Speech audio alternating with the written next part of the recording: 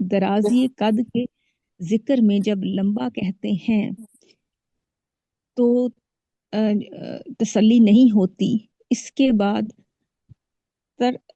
تڑکتا ترنگا بھی کہہ دیتے ہیں، لمبا ترنگا ترنگا بھی کہتے ہیں کہتے نا. ہیں، ہاں جی. ترنگا، ہاں جی گورا چٹا، لمبا ترنگا، تو مطلب وہ جی ایڈیشن کر دیتے ہیں. تو ہم لوگ یہ جو مبالغہ یہاں پہ ذکر کیا جا رہا ہے، یہ مبالغہ جو سا ہے یہ اللہ تعالیٰ کی صفت میں اور بڑھاوا دینے کے لیے، رحمان سے بھی اوپر رحیم، ارحم سے رحیم بنا دینا اس کو جو سا ہے اس کو ہم مبالغہ کہتے ہیں. یہ عربی کا مبالغہ ہے، یہ ہماری اردو کا مبالغہ نہیں ہے.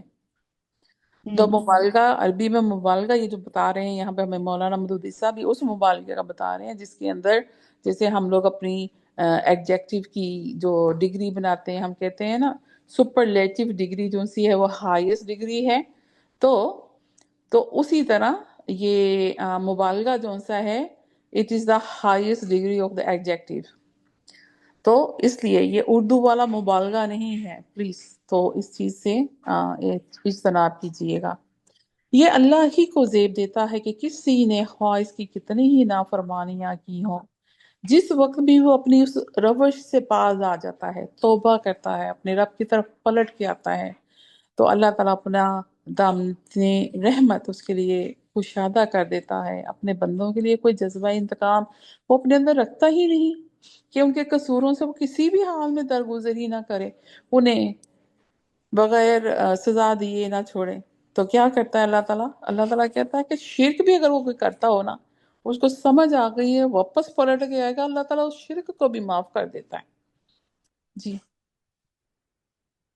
حقیقت نفس الامر کے خلاف طرز عمل اختیار کرنے سے جو منع کرتا ہے، اس کی وجہ یہ نہیں ہے کہ تمہاری راست روی سے اس کا کوئی فائدہ اور غلط روی سے اس کا کوئی نقصان ہوتا ہے، بلکہ اس کی وجہ دراصل یہ ہے کہ راست روی میں تمہارا اپنا فائدہ اور غلط روی میں تمہارا اپنا نقصان ہے.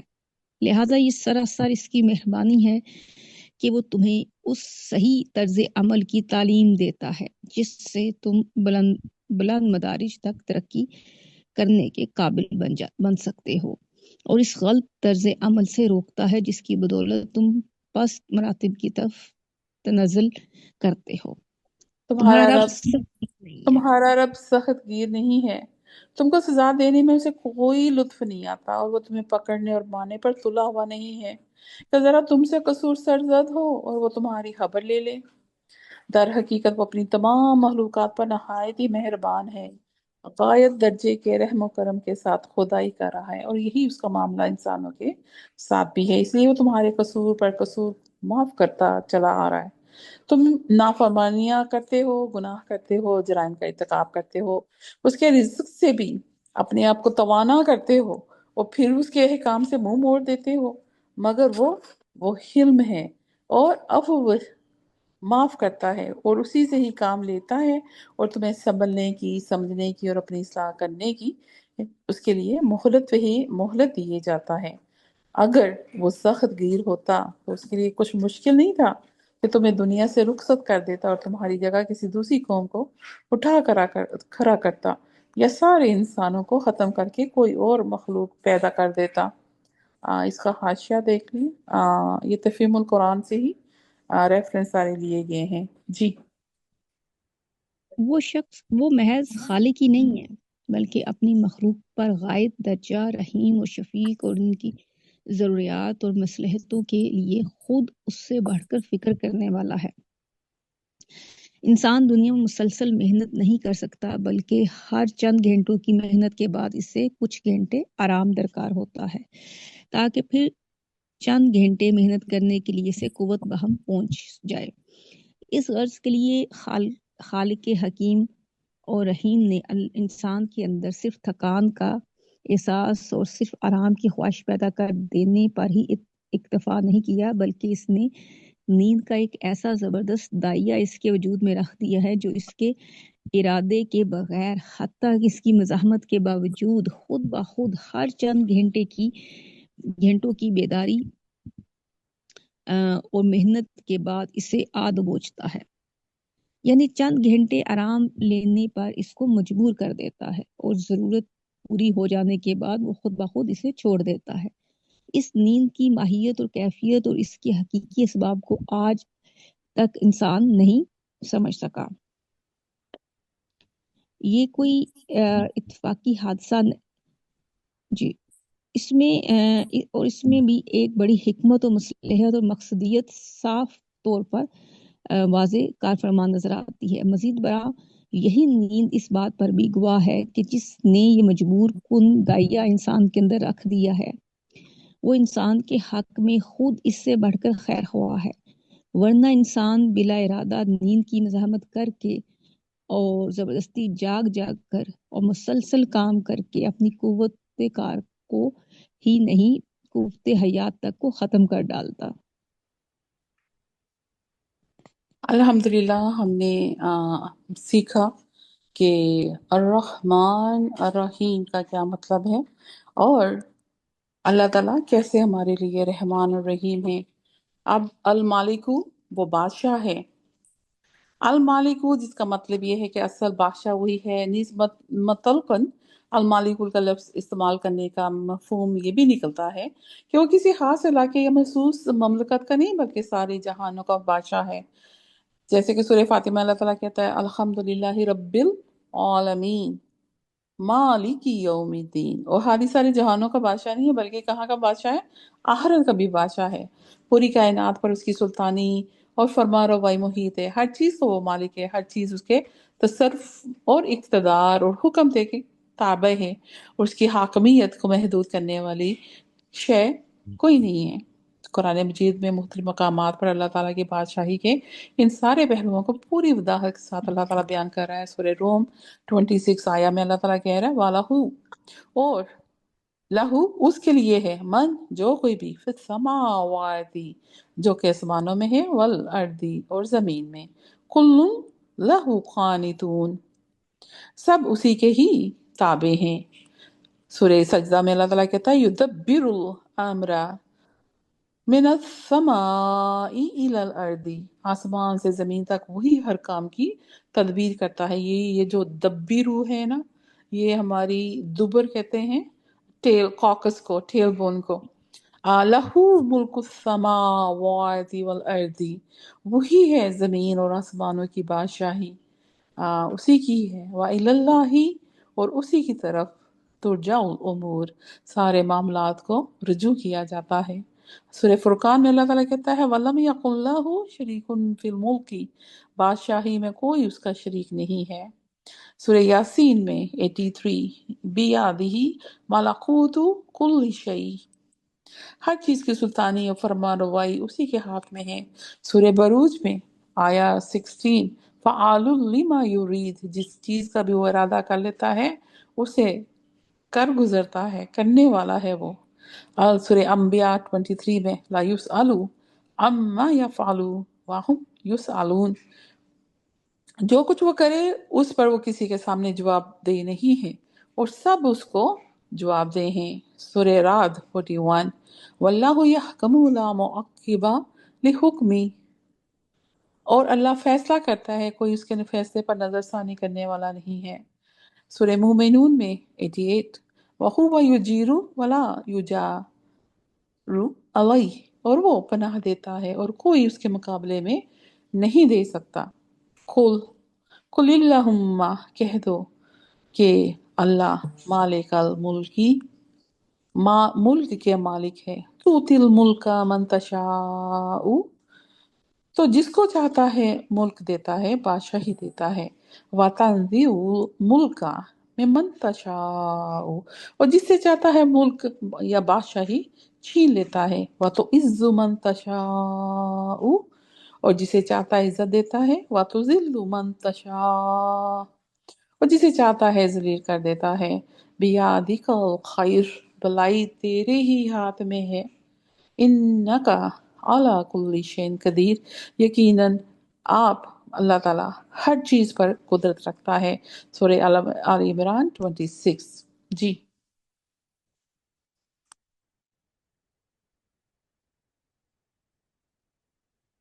ان توضیحات سے یہ بات واضح ہو جاتی ہے کہ اللہ تعالیٰ کی بادشاہی حاکمیت کے کسی محدود یا مجازی مفہوم میں نہیں بلکہ اس کے پورے مفہوم میں ہے۔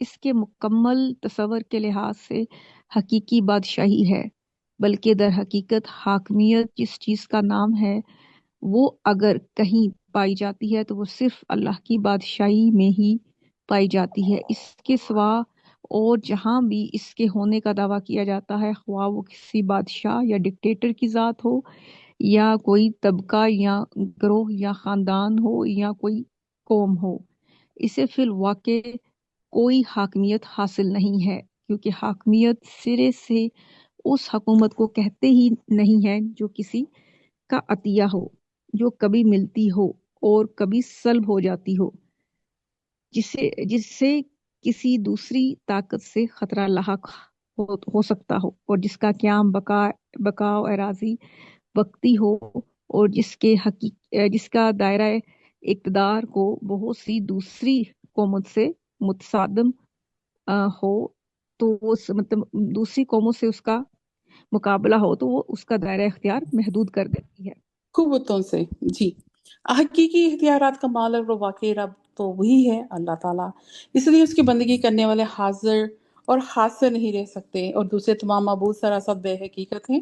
ان کو جن صفات و اختیارات کا مالک سمجھ کیا ہے، ان کی سرے سے کوئی اصلیت ہی نہیں ہے، اس لیے خدا سے منہ موڑ کر ان کے اعتماد پر چلنے والے کبھی بھی فلاح اور کامرانی سے ہمکرا نہیں ہو سکتے۔ قیامت کے روز ساری مجازی بادشاہیاں اور ریاستیں ختم ہو جائیں گی جو دنیا میں انسان کو دھوکے میں ڈالتی ہیں، وہاں صرف ایک ہی بادشاہی قائم رہے گی، باقی رہے گی، اور وہی اللہ تعالیٰ کی بادشاہی ہے جو اس کائنات کا حقیقی فرما روا ہے۔ سورہ مومن آیت 16 میں اللہ تعالیٰ کہہ رہا ہے، یوم ہم بارزون، وہ دن جب کہ وہ سب لوگ بے نقاب ہوں گے، لا یخفا علی اللہ منہم شیء، اللہ سے ان کی کوئی چیز چھپی ہوئی نہ ہوگی، لیمن الملک اليوم، پوچھا جائے گا آج بادشاہی کس کی ہے، للہ الواحد القہار، ہر طرف سے جواب آئے گا اکیلے اللہ کی جو سب پہ غالب ہے۔ حدیث میں اس مضمون کو بھی اور زیادہ کھول کر واضح کیا گیا ہے۔ حضور اکرم صلی اللہ علیہ وسلم نے فرمایا، اللہ تعالیٰ ایک ہاتھ میں آسمانوں اور دوسرے ہاتھ میں زمین کو لے کے فرمائے گا، انا المالک، کہ میں ہوں بادشاہ، انا الدیان، میں ہوں فرما فروا، این ملوک الارض، اب کہاں ہے وہ زمین کے بادشاہ، این الجبارون، کہاں ہے وہ جبار، این المتکبرون، کہاں ہے وہ متکبر لوگ۔ میں پوری کائنات تنہا اسی کی سلطنت ہے، وہ صرف اس کو بنا کر ایک دفعہ حرکت دے کر نہیں رہ گیا، بلکہ وہی عملاً اس پر ہر آن ہر وقت حکومت کر رہا ہے۔ اس حکومت و فرما روائی میں کسی دوسرے کا بالکل کوئی دخل یا حصہ نہیں ہے۔ دوسروں کو اگر عارضی طور پر اور محدود پیمانوں پر اس کائنات میں کسی جگہ تصرف یا ملکیت یا حکمرانی کے اختیارات حاصل ہیں تو ان کی ذاتی اختیارات نہیں ہیں جو انہیں اپنے زور پر حاصل ہوئے ہیں، بلکہ وہ اختیارات بھی اللہ تعالیٰ کے ہی تو دیے ہوئے ہیں۔ جب تک اللہ تعالیٰ چاہتا ہے انہیں وہ ملتے ہیں، اور جب چاہتا ہے تو اللہ تعالیٰ ان سے وہ اختیارات چھین لیتا ہے۔ الحمدللہ رب العالمین۔ ہم نے نیکسٹ القدوس اپنی نیکسٹ ریکارڈنگ میں انشاءاللہ نیکسٹ سیشن میں کریں گے۔ سبحانک اللہم و بحمدک ونشہد ان لا الہ الا انت نستغفرک ونتوب الیک۔ سبحان اللہ و بحمدہ وعدد خلقہ ورضا نفسہ وزنة عرشہ ومداد کلماتہ۔ ربی زدنی علما، ربی زدنی علما، ربی زدنی علما۔ انشاءاللہ ملتے ہیں پھر۔ السلام علیکم ورحمۃ اللہ وبرکاتہ۔